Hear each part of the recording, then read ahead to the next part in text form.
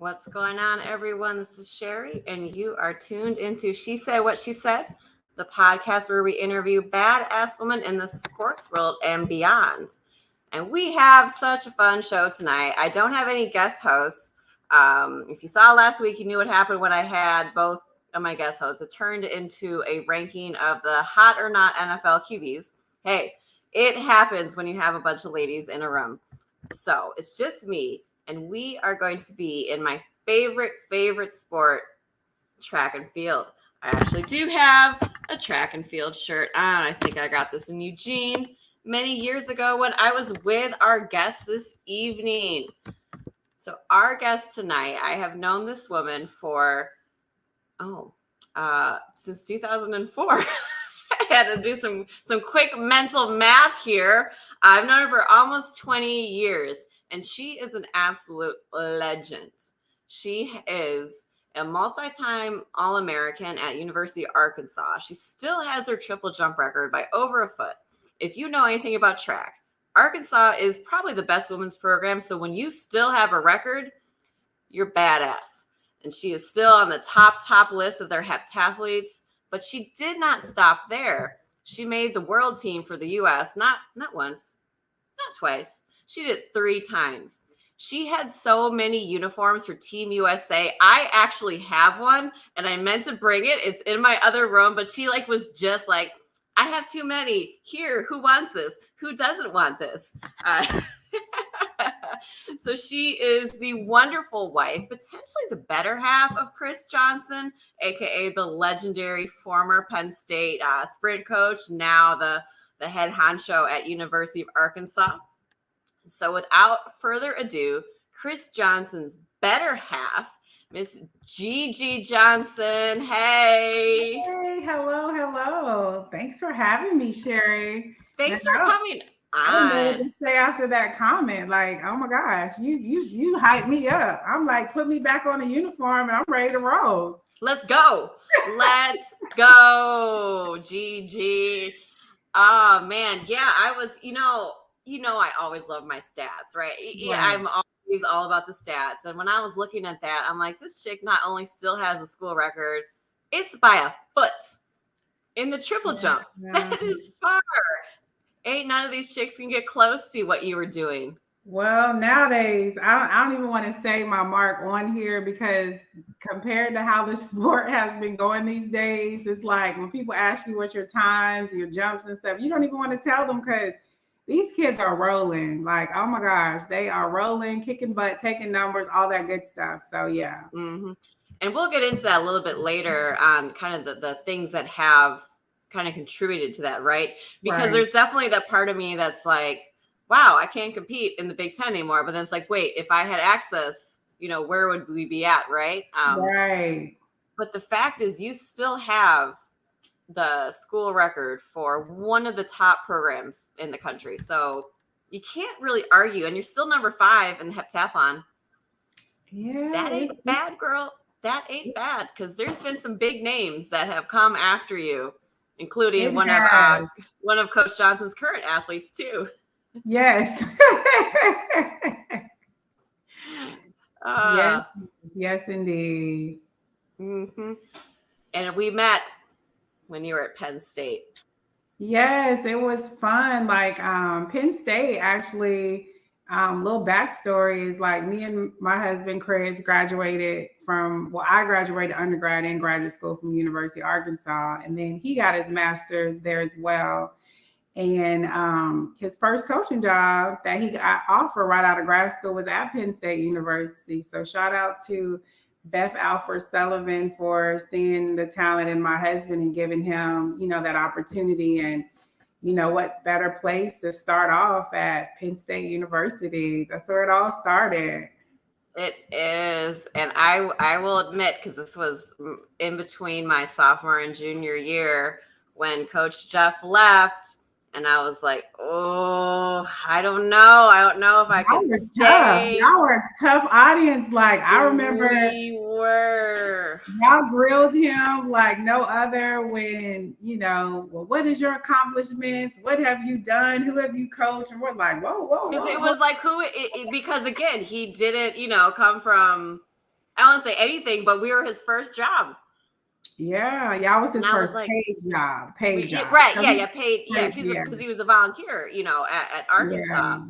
But I'll tell Mhm. you what, after one phone call with Chris, I just told my parents, I was like, yeah, I'm staying. And that was it. It was it. I was like, something about the vibe, something about his persona, his visions of it just related. I was like, yep, we're cool. Right. We don't need to explore the nuclear option. We're staying at Penn State. I was like, okay, I get it. I understand why he was hired. And that was it. The rest is history. Yeah. It was fun.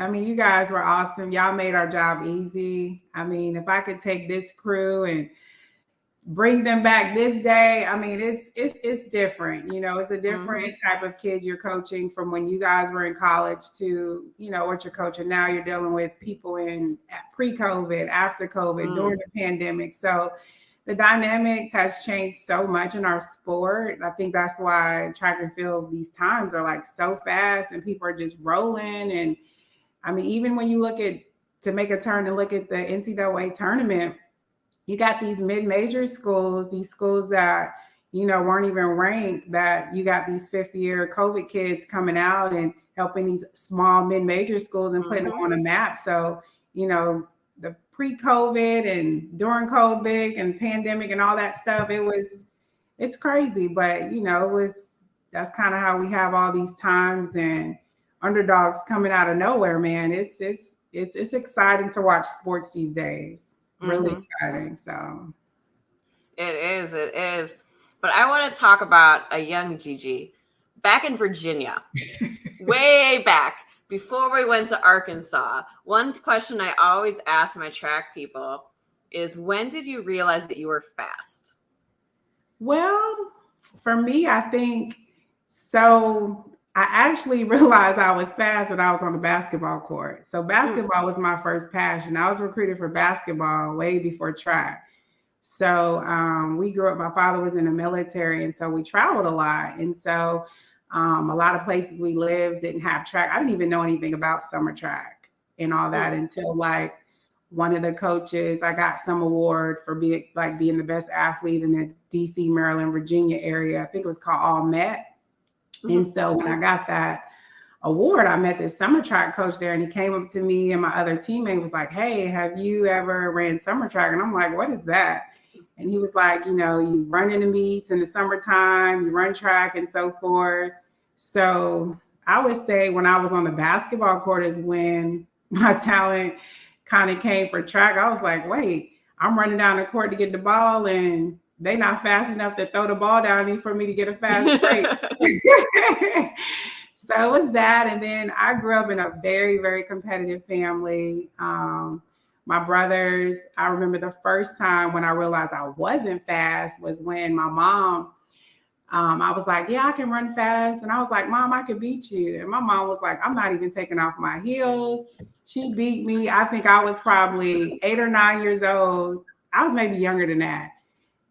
Below the age of 8 or 9, and my mom raced me and beat me in some heels. And that was my humble pie at a young age, thinking my mom old, she can't beat me and all this stuff. And no, she took me to the street. So street racing was one thing, getting beat by your mother was one thing. And then I have 2 older brothers, and so racing them all the time and racing people in the neighborhood who'd be like, oh, I want to race you, I'm fast. And I'm like, whatever, well, let's race. So racing in the streets, racing down the court, trying to catch up with my mom in some high heels at a young age. So a variation of a lot of different things got me started. Okay. And so once you did, go into summer track, because you ended up as a heptathlete as a trade, but no one ever starts in that. What did you start in? Well, it's funny. I just had this talk with my high school coach a couple of weeks ago. He had called and congratulate my husband on winning the NCAA title. And he was, you don't realize how terrible you kind of was. Like, I ain't gonna say terrible, but like how you started. And he was throwing out some times, and I was like, I ain't run that time. And then I'm looking, and then he said he's a stats guy. So he sent me a screenshot of the meet results when the first year that I did the multi, because when I started running track, I knew how to high jump because I had my ups and stuff from, basketball and so forth. And then I literally learned how to hurdle the week or 2 weeks before high school nationals so that I could do the pentathlon. And I was like, how do you hurdle? And I remember, Virginia's cold. So we used to do workouts in the hallways. And so I remember on the carpet part, we'll put the hurdles down downstairs. And he was teaching me how to basically go over the hurdles before the indoor high school national meet. And so back then, this is going way back. So back then, when you had high school nationals, you wore your jersey from what state you were from. Mm-hmm. So high school nationals, if you were from Virginia, your singlet top that you gave, you said Virginia. If you lived in Maryland, it'd say Maryland, or, whatever state she was from. And so first time I went, I was like, coach was like, well, why don't you just do all these events? I knew how to high jump. I knew how to long jump, and I learned how to hurdles like a week or two before the meet. And so I ended up going down there, and I don't remember what I got indoors, but outdoor I ended up getting like second. Wow. And so, yeah, it was kind of cool. So I'm a good learner once I'm taught something. So pick up pretty quick. That's absolutely wild. Travis just sends you a heart. That's my cousin. Hey. I mean, that's interesting that you immediately started in the multi, because I feel like so many multi-athletes were hurdlers or, a jumper that could do other things. Right. And, the fact that you were just learned how to hurdle a couple days before, I was like, yeah, sure. Because I would have actually thought you were a hurdler first. No, because you were so good at it. Right. And I think indoors, I didn't do the, I don't think I did the pentathlon indoors. I think I just hurdled, but outdoor is when so I take that back. I learned how to hurdle outdoor for USAs. And I remember because the crazy story is I ended up getting second at high school nationals, and the girl who won, she ended up being my teammate. She was at LSU, and then she transferred from LSU to Arkansas. And she ended up being my teammate. And I'm looking through pictures. And then there was another heptathlete when I did do the summer track. I was at high school nationals. And the girl who beat me in I think we either tied, but we were on the podium at some point. I can't remember what place. That was so long ago. But we were on the podium. And she actually was in a picture, and she ended up being my teammate as well at University of Arkansas. It's wild. Crazy. I was like, small world. And we didn't realize that till we were looking through some pictures. And I was like, hey, that was me. And she was like, that picture looks, and we put it together. And I was like, wow, small world. So, yeah. Yeah. One of my best friends here in Chicago, she ran at University of Illinois. 1 year older than me, so we competed. I legit found my sophomore year we were in the same 400-meter indoor Big Ten championships, so we were in the different heats, and she beat me by like 2 places. And then in high school, we actually would run against each other in the same meet. It was wild. You're like, wait, like the universe has been trying to put people together sometimes. It's like, try here. You didn't become friends there. Try here. Right. There you go. And watching like the tournament and stuff, like watching the NCAA tournament for women's basketball, I'm like, oh my gosh, like there's so many good athletes on that basketball court. And I'll be like, you sure you don't want to run track? Yeah. Those are some athletes. It's some athletes in basketball, man. Because I remember even when I came here, Coach probably gonna kill me, but I'm many moons ago removed from the program, but I used to do pickup with some of the basketball, go to like the gym, because I still kind of had my little itch to just get back out there and play basketball. Like it was like my heart. My dad made me make the decision. Growing up was like when I was in high school started, he said, you got to make a choice, basketball or track. And so 9th grade, I had to make that decision to decide, do I want to play basketball, which I've been playing my whole entire life. And I think I liked it so much because I have 2 older brothers and they didn't run track, but they played basketball. So I wanted to be up under my older brothers and my cousins and stuff. So I just played basketball just so I can, get closer to my brothers and so forth. And so then later on, I decided to just do track and walk away from basketball. Dang. Do you still play pickup by any chance? Do you guys have a hoop outside? I don't. I realized, I think the time that I realized I need to put my basketball shoes up was when I was in junior college and we had a guy on the basketball team and he was a little short guy. He was our point guard. Well, he was short. I don't want to say he was a short guy, but he was shorter compared to the other guys. And he was talking trash, and I'm always about people talking trash, and I'm going to back it up. And he said, you can't, you don't know how to dunk.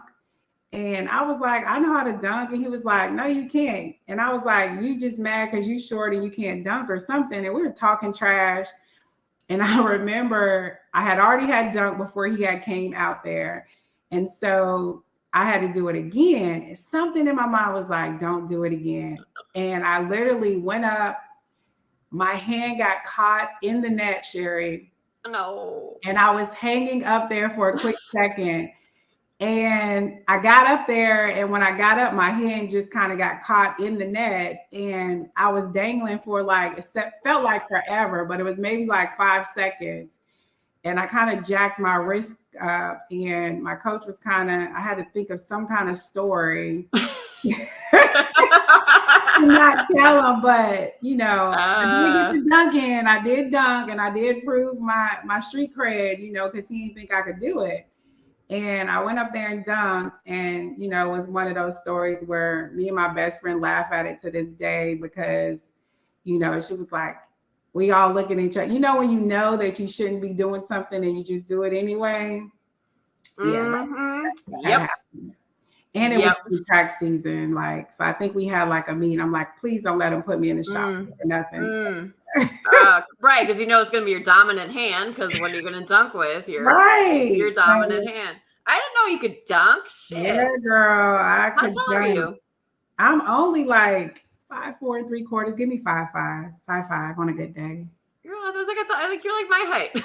Yes, people always get deceived by it because I have such long legs, but you do. But yeah, I knew in my head. I'm like, wait, is Gigi a lot taller than I thought? Because I thought she was just a little bit taller than me. Yeah, a lot of people didn't realize that. But I had hops, I had ups, man. Yeah. Shit.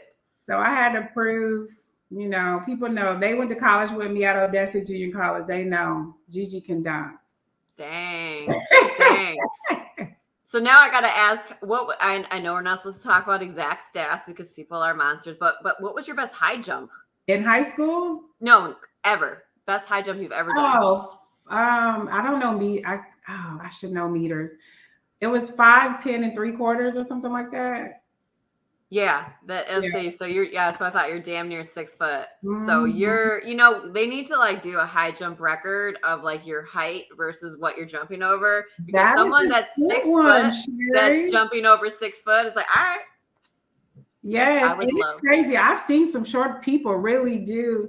I feel like when you're tall, you can kind of get away with a lot of things. I feel like when you're a lot shorter, you kind of have to be a little bit more technical to hit those positions because you are shorter. Yeah. And then you had your speed jumpers and power jumpers. I think I was probably a combination of both, but I was probably more power than speed. Right, because of the basketball and your height. Mm-hmm. Yeah, we gotta go down to see the best short high jumper ever. Oh yeah, that's a good one. That is a good little stat. Yeah. Well, the man that kind of invented going over, he passed away. A couple of months ago. Yeah, time is relative, but that was so interesting because again, I get my love from stats from my dad. Right. He also loves to go down the numbers route, and so we were looking at the evolution of high jump of what they were jumping, and then when they switched to that, how quickly that world record was constantly falling, and then kind of plateaued. But that's just so weird to think about. People were high jumping, just woo, face forward, or Yeah, it's crazy. That's one thing I would say is that, being in this sport, and I know you said you have a lot of powerful women on here, seeing how the sport has evolved, even just like at my school, here at Arkansas when I ran here, and like you said, for my record to still be, on the books and I think I just got bumped out of the top 10 when one of our hurdlers for the hurdles. And I was like, I know. And I said, as soon as you line up the first meet outdoors, you're going to bump me out of the top 10. And so I took a picture of it because I was like, it's going to be my last one. And so I was still holding on. So I was like, well, till we get a triple jumper down the road, hopefully stay up there. I've been trying to get some girls to come up to Arkansas and triple jump, but people like to go to different schools for different things. So hopefully we'll get a triple jumper and they'll break it. Somebody could break it. It's not really that far, but it's pretty far. But when we put into context, I'm not saying you're that old, but you know what I mean. Right. When we're put into context of what people are doing, it's actually funny. So Connie Moore today just posted some of her school records, because we had the records at Penn State, and I have one of them too. I was like, hey Connie, what about this one too? It's just fun of all these records that have been broken. And I remember Chris, your husband, when I think he called me when I finally got bumped out of the top 5 at Penn State. I think it was the 500 or 600 that I was holding on to for quite a few years. And he was like, sorry, you're out. You were tough though, Sherry. You was a really, really tough. And when I mean, you put your mind to it and how you just really, you're just competitive. And you were so competitive. And you put a goal, you're like, no, I'm going to break the record. No, I'm going to be top 5. Anything you had said and came out of your mouth, you're going to do it. That's what I admired about you. I mean, that's what that little pillow says behind you, that Penn State. Y'all had the heart of a lion there at Penn State, man. Y'all were some I ain't gonna say easy girls to coach, but you were very coachable young ladies who really had very high expectations and who just really helped us get that program, going and stuff. And it was fun. It was exciting. Y'all made coaching fun, and yeah, it was exciting, and y'all were very coachable. And like you said, it was taking a grad assistant coach who had no coach experience as far as paid coaching. I mean, he's coached high school before he came to basketball. He coached a girl who won nationals and made an Olympic team before he got that job. That's kind of what, helped him or whatever. But you guys took a chance and y'all opened us up with open arms. And it was crazy because I remember talking to Beth, and Beth was like, yeah, at first I didn't even know who Chris was, but I knew who you were. She was like, I knew who Gigi were. She was like, she said she remembered me when I won nationals and I'm on the runway. And she says, I remember it was the whole track was clapping for me. And she was like, I got to see who this girl is on the runway and who she is. Cause everybody just gravitated because it was the first year, to tell you how old I am, that track, the Randall Tyson Center, I won my first nationals when they first opened up that track. Oh, wow. Okay. Nice. Yeah, so I won my first national title there. And I remember the commentator or the announcer was basically just, we caught eyes and he saw me on the runway. And I don't know if I gave him eye contact or what, but he announced that I was on the runway, and then everybody just started clapping. So it was a new facility. First time indoor track and field was held in Arkansas on a national caliber. And you're the home team. We're the home team, and we were expected to do pretty well as a team there. But yeah, it was exciting. And my foot was broke when I won. So when I tell people I jumped only 44, I don't even want to say, I don't remember what it was in meters, but I think it was 44.4. 44.4. Something, or 40, no, it was 44.11. Yeah, and I won by a centimeter, a centimeter, and I won on a broke foot. I had literally had a stress fracture in my second and third metatarsal when I won that NCAA title. So it was just really like, and I only took 3 jumps, Sherry. I don't think a lot of Dang. people who I share this story with, they're like, what? And I'm like, yes, like I won on a broke foot. I took 3 jumps at that meet. I kept passing and passing because I was in so much pain, but it was my senior year. And I'm like, I'm not going out to this. We're at home. The adrenaline's kicking in. My mom was there. My high school friend was there. So I was like, I had to put on a show. Dang. So which foot was broken? My jump. So it was my first phase. So it was my left. It was my finishing jump. Okay. So yeah, it was my finishing jump. So my last phase. Okay. Yeah, because I was gonna say there's no way you could bound on a broke foot. So people that don't know triple jump, you jump 3 times, but you jump on the same foot twice. So you hit, and then you nice little cycle, hit again, hit the other foot, boom. So wow. But either way. And I forgot how to triple jump, like because I hurt my foot at like the week of SECs, and then we had conference at Kentucky. Their track, they just painted it over, so it was like cement right on that track, and so my foot just kept getting worse and worse. And so coach was like, well, we're not going to do anything. We're going to get in the pool. We're going to bike. We're going to cross train. So it was like, felt like forever. And I was like, wait, how do I triple jump? Like I in my mind, I forgot. So I'm in the back and coach is like, Gigi, hop, step, jump. Come on, you got this. And I'm like, okay, coach, I got this. Like I was freaking out. I was like trying to like remember how to triple jump, because I think it wasn't that I was afraid. It was more so like my foot was in so much pain, and I was scared, like if I hopped on it, like I just didn't know what was going to happen. So I was super scared,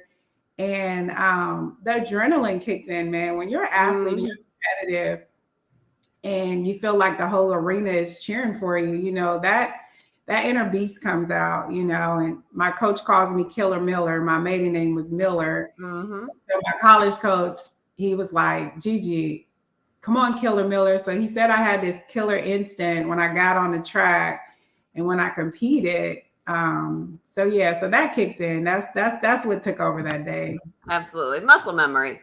You know what I mean? That's how you practice, right? Because at big meets, you might forget how to do the event. Yeah, so you just do muscle memory. Yeah, it was my blonde moment. Yeah.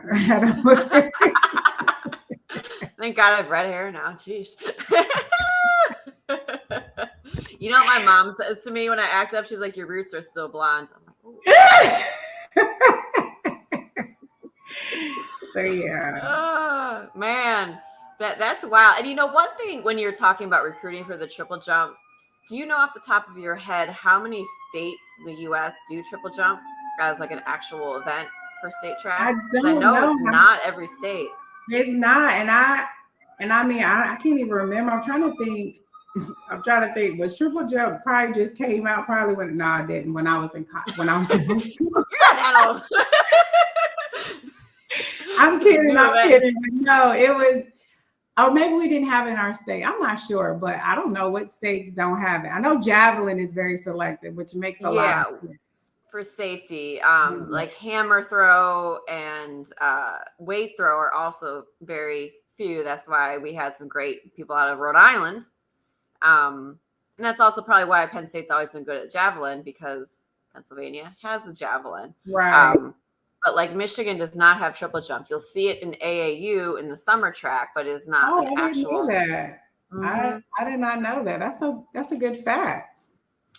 You know, I love my facts. But you know, it's just so like, it's interesting to think of things from like a recruiting standpoint, because how do you recruit athletes that don't have the ability to try something? My sister coaches middle school track in Aurora, Colorado. She's never ran a day of track in her life, but she has been to more track meets than most people. So, and they do have triple jump, and she's learned how to coach it. So they always rack up all the points in triple jump. You know what I mean? Right.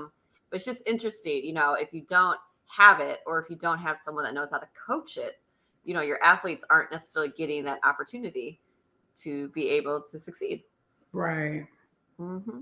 Didn't know that. That's a little fun fact that I didn't know. Had no idea about. Yeah. Yeah. So it's just one of those events where you're, and you know, javelin makes sense, you know, hammer throw makes sense because that, Right. you know, it's more dangerous, but triple jump, you're already long jumping. Like, why not just do another little hop, skip, and a jump?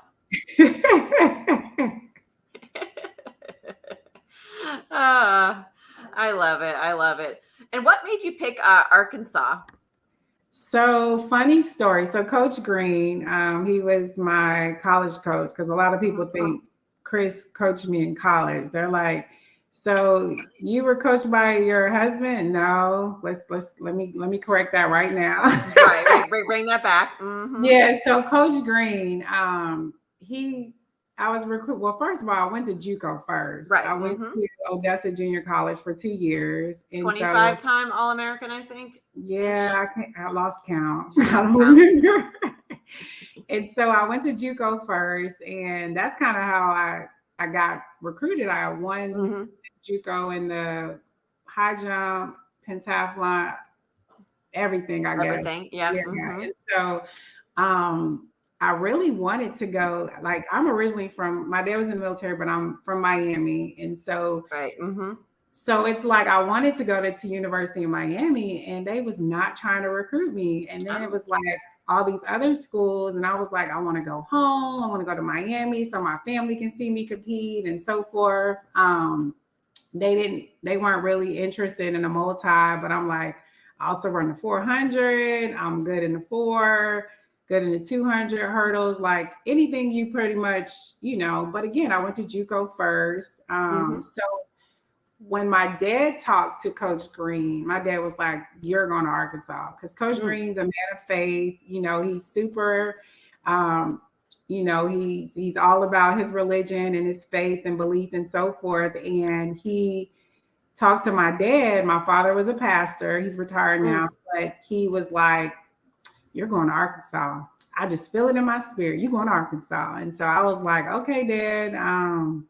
And when he talked to him on the phone, and then when I talked to Coach Green, it just felt like I was talking to like my father, and that immediate connection.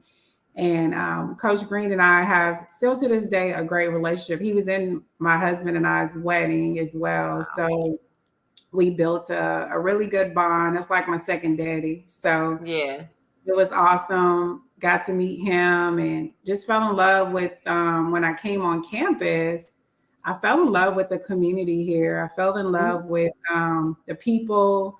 I was kind of nervous because here I am, this African-American girl coming to Fayetteville, Arkansas. And when I came here, it was nothing that I expected. These people here are just so friendly, down to earth, loving. They love track and field, the passion, everything. So I just wanted to come here and make history as well, because the program here was not that great on the women's side. The men's team was really well, and our program is separate, and it's still separate to this day.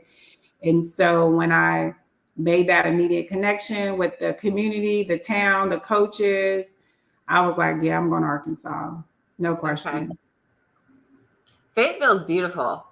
I was shocked when I swung by and visited you guys, you know, because in your head, you're just thinking Arkansas. So I'm thinking flatland, plain, like driving there. I was like, wow. And then when you told me to get back to Oklahoma, like, you're going to go through a forest. You're going to think that you're going the wrong way, but you're going to be in this forest on a single lane road for like 30 minutes. It's fine. Right. I was like, where am I? But it was, you know, I don't know if I told you, it was so pretty. Like, my parents like to do road trips, you know, with their dogs. I told them to go to Arkansas, and they did.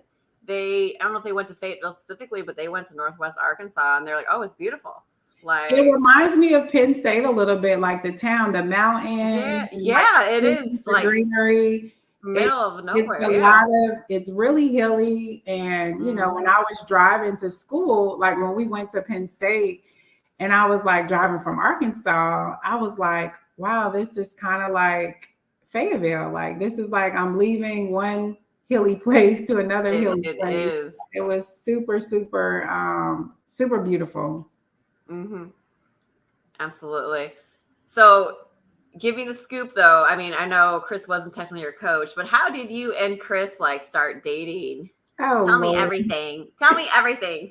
So Boogie, Chris Johnson's brother, Lawrence Johnson, Boogie, he introduced us actually. Really? He did. So he was actually our grad assistant before Chris had got hired. And so my senior year, Boog and I became like big brother, little sister, kind of like my little mentor. And I still at that time was trying to decide what life was going to look like after college. And so I got offered a grad assistantship from our AD, and my mom was like, "Oh, you're going to grad school." I'm like, "I haven't thought about it." She was like, "I don't care what you thought, but you're going to grad school." So it was paid for. So I went to grad school, and then in the summertime, Chris's brother, or Boogie, Chris, was like, "Hey, there's somebody I want to introduce you to," and I was like, I don't want to talk to no athletes. I don't want to talk to nobody, no fraternities. I don't want to talk to, I just was naming all this list because I had just got out of a long relationship. And so I just wanted to focus on me and focus on school because I was about to start grad school and start running professionally or whatever. And so I didn't have time for no boyfriend. And he was like, well, let me introduce you guys to one another. And he wouldn't tell me who it was for like a couple of weeks. Okay. And I was like, Boogie, who is it? Whose number you going to give my number to? And he was like, well, I'm not going to tell you yet. And I was just like, well, don't give him my number if you're not going to tell me. So finally, he gave me his number. Or he gave him my number and he called me. And I was like, why didn't you just tell me it was your brother? He's like, yeah, I just like to keep you on your toes, the anticipation. So that's kind of how it started. So Boogie introduced us. And Chris was living at that time in Beaumont, Texas.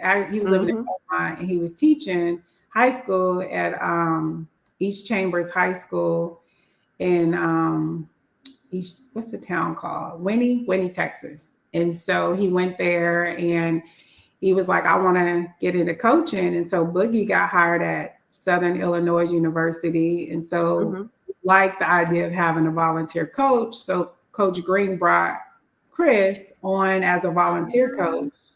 And so he started grad school, and that's kind of how that started. So Coach Green, gave him an opportunity to be a volunteer. So then Chris ended up being a volunteer, and then he coached a girl to win a national title and to make an Olympic team. So that's kind of how he got his stardom there. Now I'm not even the famous one in the family anymore. Chris surpassed me. Nobody knows me anymore. Only you, Jerry. Trust me, I know you. I mean, you're the athlete. That's the thing. You're the athlete of the family. He's the brains. But it's just insane, like how Boogie and Chris have just like turned into kind of that next generation of like great coaches, because I mean, Chris at, Arkansas with all of his, professional team, captain athletics, and then Boogie with hurdle mechanics. Like every meet you see people that are coached by one of them. Last year, the world championships, half of the women in the finals. Right. Johnson brother. And it's just like, and nobody done a story on it. Like, I'm like, they did. I mean, I remember they did interview Boogie. Yeah. Boogie did get a little interview. I don't know if it was on NBC or like one of the it was. Yeah, they smaller did ones. Again. Yeah, but I know, but I've been thinking too. I'm like, is no one like paying attention to this? Because you have two brothers that are coaching like almost all of the amazing, 400 hurdlers. They look alike. They sound alike. They have the same mannerisms. Don't tell me it's not the same person, just a little duplicated. Right. Yeah. But you're the athlete. You're the star athlete of the family. Yes, and it was crazy because when we moved back here, everybody like knew who I was, right? and they used to say, "Oh, you're Gigi's husband."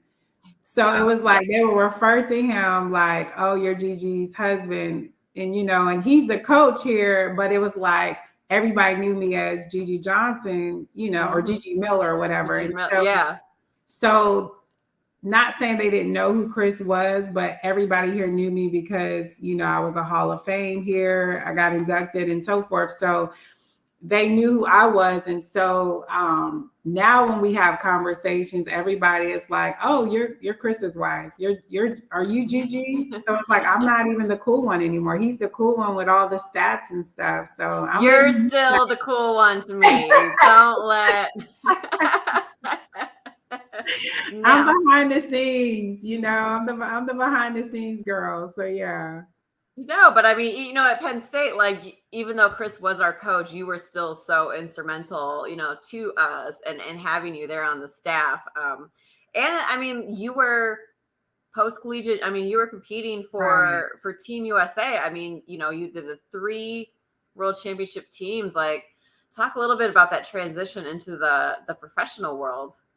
It was tough. Like, I think track and field is so different. Again, being how the sport has transitioned over the years is so amazing. I mean, you got such great athletes, the multis. I mean, Anna Hall is like killing it. Talia, Brooks, one of my husband's coaching, she's killing it. Seeing the sport evolve from when I was in school and to see like professionally how people are like interested, because the multi was just not like a desirable event to where nobody sponsor wise would want to pick up anybody. And so I had to make a hard decision like when I graduated, because I won nationals in the triple jump, but triple jump in the multi. I was in the 2 events that nobody wanted to put money in. Nobody wanted to invest in. And so here I am, my first year out, no sponsorship. Here I am, my second year out, no sponsorship. I'm talking to my agent, and he was like, I was like, "Well, what do I have to do to get sponsored? Because the multi is super expensive. Like, I had to pay for 7 pair of shoes, shot puts, javelins, just equipment, like just med ball stuff to do. When you travel, you needed stuff to carry your equipment in. So it was not an easy event to not have like no sponsor, no support, no nothing. Luckily, I had great parents, a great husband who kind of helped me, get to where I needed to go. But it was really, really hard. And I'm surprised if I didn't have those supports, my husband, my family helping me out to get to meets. And I had a private investor who kind of helped me my first year out of college, who loved me and admired what I was doing, being around student athletes. And he was like, "Hey, I want to sponsor you, like help you. Like, what can I do to help you?" And I was like, "Can you get me to a meet over in Europe?" And fully funded and paid for me to go over Europe to have my first international meet, and went over there, did amazing, competed well. So there was times that I wanted to quit and I wanted to just give up and walk away from the sport. And I had to realize, like, am I in this sport to make money starting off, or do I want to do something that I'm passionate about and love? And a lot of times people work real jobs to this day and they make good money, but they're miserable. And here I am having an opportunity where at that time I wasn't making any money, but I was living my lifelong dream. And I didn't living the dream. Yeah. Right. I'm able to travel to amazing countries, meet amazing people, learn about other people's culture. And with my father being in the military and traveling all across the world, I was able to experience that on a professional level. And so I didn't give up. Thank God I had a husband who had a full-time job who would help and supported me. And I tell people to this day, they're like, "Gigi, so you work full-time and you come out and be a volunteer and help your husband?" And I'm like, "Yes." And I'm like, y'all don't realize the sacrifices my husband made for me to pursue my professional career as a professional athlete. And so for him to make those sacrifices to help me do my lifelong dream, I wanted to pay that respect and help him any way possible to help him achieve his. And July 1, he's going to be a head coach here at Arkansas. So, everything starts with perseverance and just sometimes going through things and not giving up. And my husband didn't give up on me as as an athlete, professionally. And so I didn't give up on him, helping him get his dream and just being that support staff on any way that I can help him. And so whether that's holding a stopwatch, whether that's writing times, whether that's just giving kids my motivation and my experiences and being transparent, how my journey was just amazing. And so I remember when I got my first trip over to Europe, my husband never been out the country, right? Oh. And he graduated from grad school. And so I saved up, I won some prize money at USA Championships. And I saved some money and I paid for him to go to Italy to our first international meet, and he coached me. And so he was one of the ones like, I'm never going out of the country. I'm not traveling. And so my gift to him was just to take him to Italy. Well, for one, I wanted him to coach me there. Right, yeah, selfishly as well, but yeah.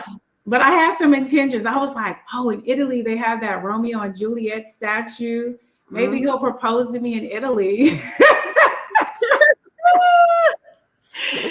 And I'm like, because we weren't engaged yet, we were still just boyfriend and girlfriend. And so I was like, well, I paid for him to come to Europe, to Italy or whatever, thinking I was going to get me a ring. But it didn't happen right then. But yeah, it was good.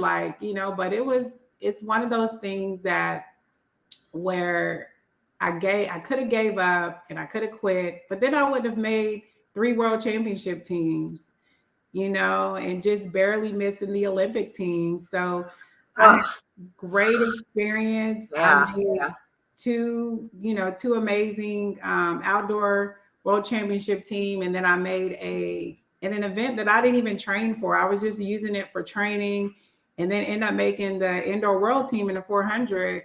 Of course you did. just using that meet to just get ready for like the 800 and the 200. And I'm like, wait, I made the world team in the 400. So it was cool. It was exciting to represent the United States, represent my country, and get some amazing experiences. And get some amazing gear that you passed on. I know. I love it. I'll send you a picture of it later when I go find it out. So what is it like, being coached by your husband? I talked to Tiffany Porter about this one for a bit, because Jeff was coaching her, post her child. Like, how did that affect your relationship? Like, how did you keep that separation between? It was tough. Like, that was one of the other reasons why I said I had to support him in any way I possible as a volunteer coach, because for you to coach me, because, when I didn't make a team or when I was shortcoming on my goals, it didn't just affect me as an athlete. It affected him as a coach, because he's seen my passion and he knows what I'm capable of doing. It was hard. It was more hard. The hardest time was probably when I didn't make the Olympic team, when I just missed it. And that was tough. Yeah, I remember that. That was very tough. Yeah. And so I think I cried for like 2 days, and I was just like so disappointed in myself. And, looking back, I'm like, hey, everything happens for a reason. God has a plan on why things work the way they happen. And, you just have to accept sometimes what you go through, and you got to make the best of some of those opportunities. But with Chris and I, it was hard, but it was also great moments, because when I did compete well, my goals was his goals and my glory was his glory. So when I did well, it was for him. But I will say there was nights where he went home and I wasn't cooking because it was a hard day at practice. I was like, yeah, there's been times he sent me home. I got kicked out of practice. And I was like, okay, well, I'll see you at the house then, So like eating dinner. Right. I'm not cooking, but at first it was hard. I remember calling Coach Green a couple of times. It was like, this is so hard. I don't know if I can do this. And he was like, don't. So when we're on the track, he's Coach Johnson. I remember sometimes when y'all would ask me and y'all would like, Coach Johnson, I'd be like, Coach Johnson, Coach Johnson. So it was hard for me to say Chris because at track, even though I'm not practicing, but I'm with y'all helping as a volunteer, he was still Coach Johnson. So I referred to him as that. And I think we kept that separation we kept it very professional. You know, if I was a regular athlete and I wasn't his wife and I didn't do well, or if I'm at practice and I'm not giving the 100%, he would send me home. So there's no difference. So he sent me home one day and I was having a good practice, and then I had a mental break in like a split. It was an 800 type workout. And he's just like, you're not trying hard enough. And I was like, I am trying. I'm crying. And he was like, them tears don't move me. Like, you know. Oh my God. I could hear him say that with my soul. Oh, he's like, them tears don't move me. You want this. Like, he was like, you want this. But if he would have been babying me and saying, it's fine, and, you know, hugging me and stuff, no, that wouldn't have worked, because he knew as my husband what it took to get me to that next level. Sending me home and showing me that I was not giving 100% was going to make me come back the next day harder and harder and harder and harder. So it had its pros and it has its cons. Would I do it all over again? 100%. Would I let my husband coach me post-collegiately? 100%, because I feel like your husband is not only, when he's your coach, he has your 100% interest at hand. He knows what you're eating. He knows what you did the night before. He knows he can tell me, hey, you need to lose some weight. You eating too much. He would slap a biscuit out of my hand in a heartbeat. No, I'm joking. I know how Chris is. So right. Yeah, he was really, and so in your mind, you're thinking like, he's not just telling me this just to tell me this. He's telling me this because he has a goal for me, and we've talked about it, we've prayed about it, and we know what we can do to get to that next level. So once I knew how to separate those two, it went to a whole nother level. Yeah. I mean, it seemed, you know, from the outside looking in, that it was just like you were saying, like, he was your coach, you know what I mean? First and foremost. But it wasn't like in a weird, like, you know, authoritative. There was no weird dynamic to it. No, not at all.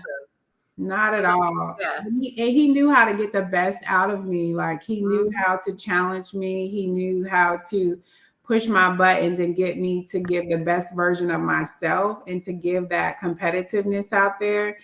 And him and his brother, oh my gosh, they're so good at like getting into your mind. And even Coach Green, I remember Coach Green would, you know, talk trash, and I love somebody talking trash to me. I am a trash talker. So yes, you are.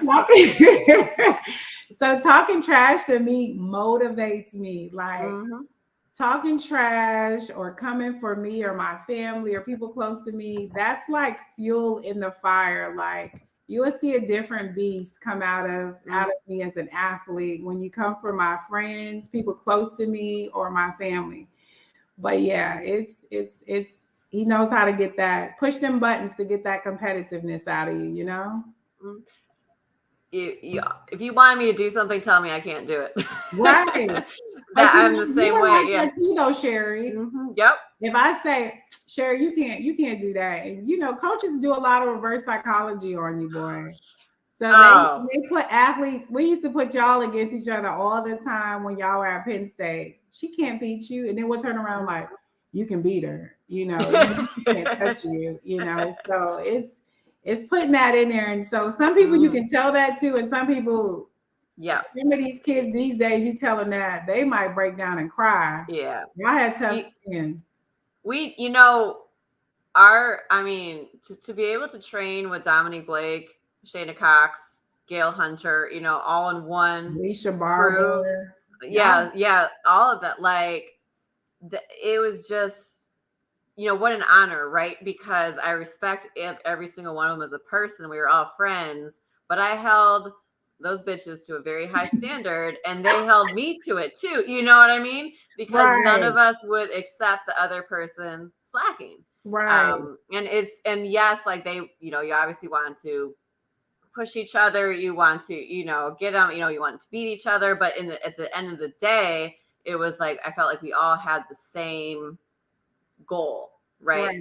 And it was like, I remember when, Chris like kind of pulled me to the side and told me my time on the 4x4 was over because Gail was coming up, but it was like a very nice convo. And I was like, man, that chick, I was like, yeah, she probably, you know what I mean? Because I could tell at that time we were kind of running the same splits, but I was like, she has more potential than I do. She's younger. I was like, I see it. I'll go back to I'll be the alternate A, but it's, that type of thing can break, an athlete when you're like, wait, I got kicked off the relay, but it was, it made sense. It's hard because like right now we have 2 relays and one is like 3:20:24 indoors and the other one was like 3:27 or 28 or something like that. So it's competitive and like, but I think once you know your teammates and you have a sense of respect, the best score is going out there. You can't take it personal because at the end of the day, y'all make each other better. And I tell them that all the time when they're like, well, I got taken off and, they're in their feelings and sad. But at the same aspect, I'm like, they're running for you too, because y'all push each other. Y'all make each other a better person and you make that person accountable. And you made that person work harder because they kicked you off the relay. You know what I'm saying? Yeah. So, and I tell them, I said, you never know when it's your time to go. Don't think because you're an alternate that you might not be called on because anything can happen. Yep. So be ready to go. Don't take an alternate lightly because when we say, hey, it's time for you to go, you got to line up. And so, we're going to put the fastest people out there. Mm-hmm. Yeah. And I mean, when you're looking at like winning a conference championship, a national championship, you don't just win. I mean, y'all won by everyone winning, but you know what I mean? Those 6th, 7th, 8th place points, they start to add up, right? They do add up. And that made the difference for us. That made the difference for us at nationals. And there's been a lot of times, I think when we won a couple of years ago, and it was down to us in Southern Cal, and Southern Cal dropped the stick. Yeah, I remember that. Everybody was like, if USC would not have dropped the stick, y'all would have won. Everybody says they thought they would have won. And I'm like, we had a faster time than them, and we had a 49-second anchor leg. Chris Johnson knows how to he knows how to produce some 49-second anchor legs. So that 49-second anchor leg, girl, you wasn't gonna catch her. Nope. So yeah, it was crazy. It was bananas. But it's been coming down to this 4x4 lately. And if you know anything, them Johnson brothers can coach a 4x4. Woo! Yeah, they can. It's, and that's the thing too, like your 4x4 runners aren't just your 400 run, your 400 hurdles, your open 4, your open 2, your 800, like all yes, there are so many people. If you have a strong contingent of the 4x4, you can put them in other things. I mean, that's why Chris put me in this, the 600 at Big Tens. It was like, here's our group of the 400. Why don't we just toss Sherry on in the other event? But it makes sense. You know what I mean? When you have a coach that can coach the strength of the 400, how the people can branch to different events and, check some things out. And Coach Chris, I'm calling him Coach Johnson because I'm in that mode. Yeah. He started that trend. So you remember we had that 4-6 double. He did that. He did the 4-8 double, and he did Dominic tried to do that. Yeah, and he did the 400 hurdles. Yep. And so when I tell people, they're like, "Oh man, how can that happen?" And I'm like, "We done it at Penn State, but because it's 10, 15 years ago, I'm like, we've been doing that. Like, this isn't nothing new. Like, he done doubles like this way back in his Penn State days. I remember the one year at Penn State, we won every sprint event from the 100 all the way to the 800. It's insane.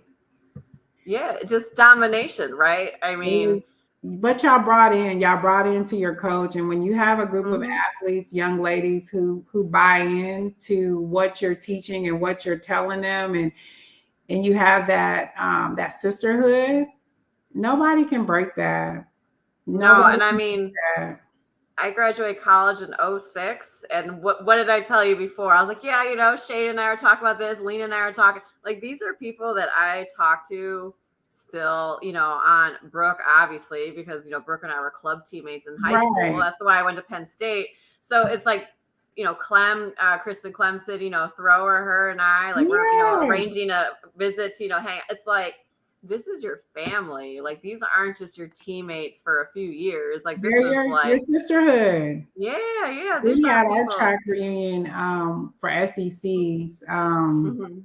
And and it was literally my class of people. A lot of my class came back, and that Mhm. was a long time ago. And I reached out to them. They came out and supported, and it was amazing because this is Chris's boss last year as a head Yep. coach, and so it was just a good thing to end at home, to win at home, to win nationals and everything because he's done so much for. And breaking the some American records and shit in the process too. No. Yeah, it was great. That was a special. Every year I'm like, oh, this is the best nationals ever. And this is the best group. And then the next year they turn around and surprise us again. And I'm like, okay, this is the best group right here. It's wild. It's wild. So going back to your kind of my last two questions about your career, what was your favorite track ever to run on? Could be Professionally or because of the college? anything. Like it could be because of the surface was great. It could be because you had a good performance. It could be because it was in a beautiful place. But like, I would say when I won my first championship, because that's when I got my Nike contract. So when I won mm, USA's in Carson, okay, and that one was probably my most favorite because I think in the long jump at the multi, I had two fouls, and my husband said, "We're not taking a safety jump." mm, And in the multi, if you don't get a mark, you don't get any points. yeah, you're done. Yep. Right. And so my husband, in my mind, I'm like, okay, we're going to take a safety jump. And he looked at me and we locked eyes. This is that coach, that husband coach, connection. And he looked at me and I looked at him and he said, we're not, and he said it in front of everybody who was competing. We're not taking a safety jump. We're going for it. He said, if we're Mm, going to go for it, we're going to go for it, like not winning, but we're going to go for it. mm-hmm. So I prepared for this. We practiced, we had these type of situations at practice. And so that would probably be I jumped like my best jump ever at that time with not taking the safety jump, going for it, took every bit of that board, went to the crowd. And I remember the Penn State, I think we were at Penn State when I did that. And Mm-hmm.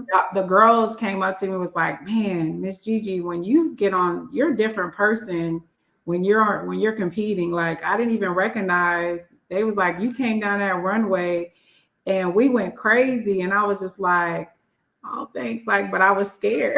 but but I was locked in, Yep. you and your coach are locked in and y'all have that bond and that type of relationship where you believe anything he tells you and you practice those type of situation, anything's possible. And in that particular case, it was possible, and so that was probably my favorite. So Carson, California was probably my favorite because I won at that meet and then I got my Nike contract. I called my agent after the 800. Well, he was at the meet and I said, I did my job. It's time for you to do yours. So Right. Make it rain. make it rain. I love it. Yeah. So this might be the same answer to my other question, but I always ask this question too. All right. There's a fire. You can only save one medal. Which one are you saving? Probably that one. Yeah. Probably that one. I've gotten Probably, some interesting responses. I think Shayna's was actually a relay one. yeah, It was it. it would Yeah. probably be that one or Indoor Worlds. Mm. the 400. Just making the indoor world team was probably would probably be one I say, because I just went out there to train, and that just let me know where my training was at that particular point. So yeah, that would probably be my favorite. I love it. See, Mm-hmm. I always learn a little something about people when I, start to. Tiffany, she was like, just one. I'm like, just one medal. Everything else can burn. Can't keep it. You can only have one. That's hard, because now I'm thinking, I'm like, well, now I'm thinking, I'm like, I could possibly want to keep my first triple jump at Arkansas. Yeah, it could be a college one. Yeah. Okay, so I'll take my answer back. I'll take it back. So I'm going to say when I won NCAAs here at University of Arkansas on a broke foot, because that's such an instrumental story of winning, putting in the training before I got injured, and trusting and believing in my coach and what I've done before I got injured. And so I would say, yeah, my national champion winning NCAAs, that would probably be the one that I would save. Speaking of Shayna, she said the legend. Right, exactly. A legend right here. It's the amount of events that the 400, the triple jump's not even in the heptathlon. You know what I mean? It's like a completely different event. I will tell you one of my favorite Coach Johnson stories. Coach Johnson. Well, actually, no, I have two Coach Johnson stories I want to share with you. I gotta hear this. Okay. From a training standpoint, there was one day, I can't remember why I had to work out early, but I did. And it was a Tuesday, so it would have been a hard workout day. And your husband was ignoring me the whole warm up. And in my head, I'm just like, shit. I just knew. I'm just like warming up, like, what are we doing today? Right. Dead to me. I was like, fucking A. I'm like, what are you doing? He's like, on the line. He goes, 800, 220 or under, go. It's like shit. By myself, just hanging out. I didn't even know what the rest of the workout was. He just told me, you better run this 800 in under 2 minutes and 20 seconds. Bye. But you didn't ask questions. You did it. I did, and I think I probably ran these days would be like, so why are we running this? What are we doing this for? Right. Yeah. And you're right. I didn't ask anything because you trust the process, and you're just like, but I was like, yeah, I didn't know. And it was almost better because like when the rest of the people came, they saw what I was doing and they heard what I had done. And then, so like through their warm up, they were like, oh, fuck, we gotta like, I think it was like an 8-6-4-2 type ladder or something. And it was like, pretty, if you're starting at 220 for the 8, the 6 probably would have been like, 138. You know what I mean? It was like, we're close to, we're there. Even like 135, 136 for the 6. I don't remember. I just remember the 220, 800. And I'm like, okay, bye. So that's probably one of my favorites. You killed it though. I did. But that's like one of my favorite training stories because again, he just ignored me. And I was like, oh. But I knew why he was ignoring me. He did that because he wanted to piss you off, like to get you to show that, and that's what he would do. He'd be like, yeah, if he didn't. And I tell kids all the day, they'd be like, so was that good? Was that fast? And I said, when he's not talking to you, that's when you need to be worried. Mm-hmm. Yeah. And I'm sure, I believe there were times that he lied to me about what time I ran. Like I might not have hit the time, but I think he was happy with it. So he would have just lied and been like, yeah, I made it. I'm like, there's no way in hell. Like coming back from an injury, I'm running sneakers. There's no way in hell I did that. And but, okay, you're happy with my performance. So we'll just keep going. So that's like probably my favorite training story. My favorite non-training story is when we were at Sea Ray Relays in Tennessee. Yeah. One thing I've learned about your husband, Chris, is he, just like me, he can get a little hangry. And he can forget to eat sometimes. And so I decided to take one for the team. And I was like, hey, Chris, do you want anything from Subway? And so I preemptively made the world a better place for the whole team by Right. going to get Chris Johnson his Subway sub. But the funny thing is, I asked Boogie if he wanted something too. He did. He ordered the exact same thing his brother asked for, but he didn't hear what his brother asked for. It was a separate conversation. Wow. That's crazy. Uh, And that's funny to this day. One of his pro athletes, she brings him snacks every day. She brings him snacks. And I tell him, I was like, if y'all want to help the workout, just feed him. I was like, because he's there all day. He starts at like 11 yeah, he goes doesn't nonstop. bring his snacks. So I work full time. So when I'm not working on Fridays, I bring him something or whatever. But I'm like, yeah, I said, because I used to do the same thing. My college coach, Coach Green, I used to bring him a triple cheeseburger from Wendy's. I don't know how his arteries are not clogged up to this day, but I used to bring him a triple cheeseburger all the time because I knew Coach Green did not eat. He'll be at practice all day. And so I will always call him and be like, hey, Coach Green, you ate? He'd be like, nope. And so I was like, I'm going to bring you a cheeseburger. He ate that like every single day. Or Coach Green loves rice. He loves rice. He gets double rice and everything. So I had to feed my coaches, man. I had to feed them. Yeah, I did that one too. I was like, yeah, we need to do this. So Shayna has a question for you. She says, question, Gigi, you have such an amazing focus and intensity when you compete. Mm-hmm. In the last few seconds before you take your first step on the runway or right before the gun goes off, what are you telling yourself? I pray. I pray and I just kind of give it to God before I get on. And so I just take a deep breath and I tell myself, I prepared for this moment. I give it to you. And my coaching staff has prepared me for this and I'm ready for this. And so I go out there and I imagine what I want to do. And then when I get on the line, I don't think about anything. I just go into kill a mill or beast. The gun goes off. I go and I run, and my goal is to either get to the line first or be close to that finish line. Whoever's in front of me, as close as I can get to them and run through the line. I love that. I love it. You are your team.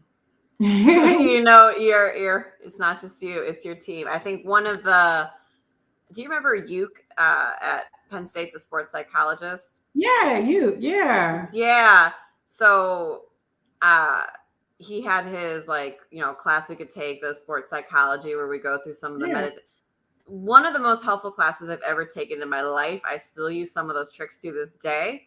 And I ran when I ran my 600 meter PR that stayed in the Penn State record books for a little bit of time. Uke was in the stands and he was right by the start line, and I was warming up. I locked eyes and he just goes, trust yourself, or he says mantra. And man, it's like when you have that mindset, something just flipped in, and I was like, wow, look at that. I took like a half second or more off my previous best time. And all it was like having our sports psychologist like right there. So I wanted to put him in my pocket and just take him with me wherever I go through the world. But it's amazing how, sometimes that mantra, that centering yourself really, and that trusting your team, trusting the work that you've done. The work you put in, because you have to realize you're in life, you're going to have some failures. And I feel like my failures have made me the person that I am, because I took those failures, I bottled them up, and I thought about how can I make that situation better down the line? Mm-hmm. What can and you don't want to go on the line and not give 100%, because I believe you don't want to go on a life and not have no regrets. And I don't want to go back and say, hey, I wish I would have did this different than the way I did this. So in my mind, I have to think I want to give 100% every time I line up, and that I put my trust in my coaching, my coach staff, my strength coach, my throws coach, everybody who's put in to make Gigi who she is today, trust in those and believe in everything that they had told you, and go out there and be the best version of yourself. I don't never want to go out there and give a piss poor performance. I want to give 100%. And so every time I line up, I want to make sure that I leave a legacy. I leave my name. I leave a mark. I leave a good representation of the people I represent, whether that's myself, my family, my friends, my institution. I just want to make sure I represent that brand that entrusted in me every time I line up. I love it. I will say the biggest regrets or races that I'm most disappointed in myself weren't from the time per se. It was the mental errors. Yeah. You know what I mean? It was the times where it was like, I should have made a move, or I should have this, and I didn't trust it, or I was too conservative. Those were, never regretted going out too fast. You know what I mean? It was definitely. You went for it. Yeah. If you're gonna go out front, and I tell people, I'm like, if you go out front, you commit to it.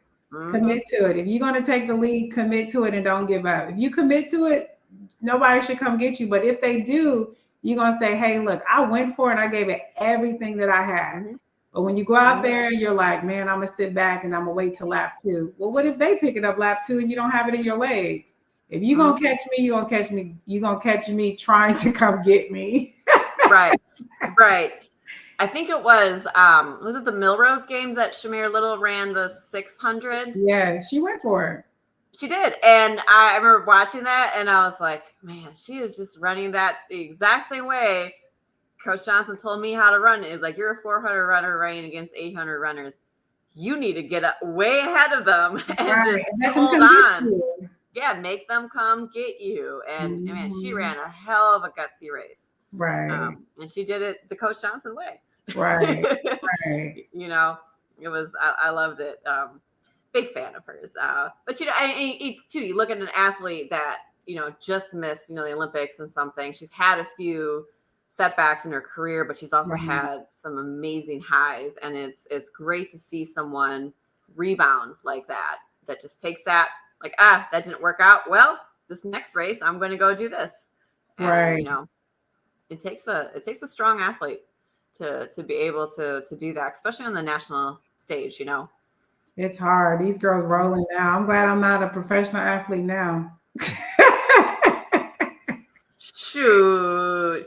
Ladies is running. Like when I was at the national indoor meet, I was like, oh my gosh. Like, and I mean, I see the kids and I see what they do at practice, but to just see it on that particular day and to do it, that everybody was dialed in, and I was just like, that was just like a proud wife moment, coach, volunteer coach moment.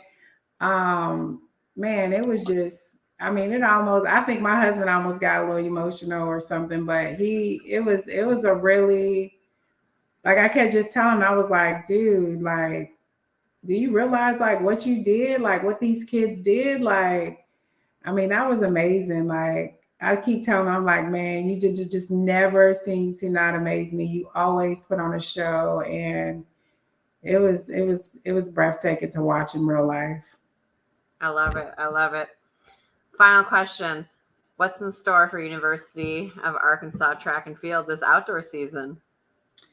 I would say hopefully some more records get broken. Maybe another American record, maybe a collegiate record. You know, who knows? I don't know what's up Coach Johnson's sleeve. That man is got all kind of tricks up his sleeve. So I don't know. Hopefully, first take one step at a time. First one is hopefully try to win SEC's outdoor, and then get some people qualified for regionals, and then hopefully we can come and upset some folks out in Austin. You know, we'll see. Who knows? So we'll see what happens. It's going to be a dogfight. I think they got us predicted to finish 3rd or 4th, and that's what we were predicted indoors as well. So it can be anybody's game. It's not disrespectful. It's just I know. But I'd rather be the underdog. Like we know about being underdog, Sherry, right? Isn't that? Girl, yep. So I love it. I don't think you want to be ranked number 1 or 2 going in, because then you have that expectation. But when you're down below and you got something to prove, it makes the girls a little bit hungry and give them something to look forward to. So, but Texas is not going to go away easy, and Florida ain't going to go away easy. I'm pretty sure they got some bad taste in their mouth from indoors, and they want to come back, and they're at home field advantage. So Meh. Pretty sure they're going to put on a show, but we're going to be right there with them to put on a show with them. So we'll see. It'll be fun. It'll be exciting. But there's some other little schools too that it could be anybody's game, and it could literally come down to the 4x4 again. I hope it does. I'll tell you what, I love my stats. I love my numbers. Before indoors, I was looking at it at Arkansas, and I was like, maybe. That's like literally what I was like, I don't know. What are you talking about, the 4x4 at Nationals? Just the whole meet, winning the whole thing. I was like, it could, but it was like, I was like, man, I don't know. If y'all win, it was squeak it out, and y'all. It was. I mean, Texas had an amazing meet. Florida had an amazing. Like it was. But y'all went. It was. Britton Wilson went to a different level. She did every cheat code possible that she entered in, and that it was game over. No one had a chance. And when the commentator was like, both teams ran 334, 323. Was it 326? Yeah, we both had ran 326. But a lot of people didn't realize we never put all the four. Never put that, yeah. Mm-hmm. So it was like that was their 4x4 with their four fastest, but that 326 wasn't our fast. I think that was without Britain actually. Probably. So that 326 I think was without Britain even on the relay. So yeah. Yeah. Well, Gigi, I appreciate you so much coming on, reminiscing a little, talking about your phenomenal career, because look, while people might know Chris, we know Gigi. And we know who the star of the family is. And although I do wish him a lot of luck. And on that note, this has been a Chicago Clubhouse Network production. Bye.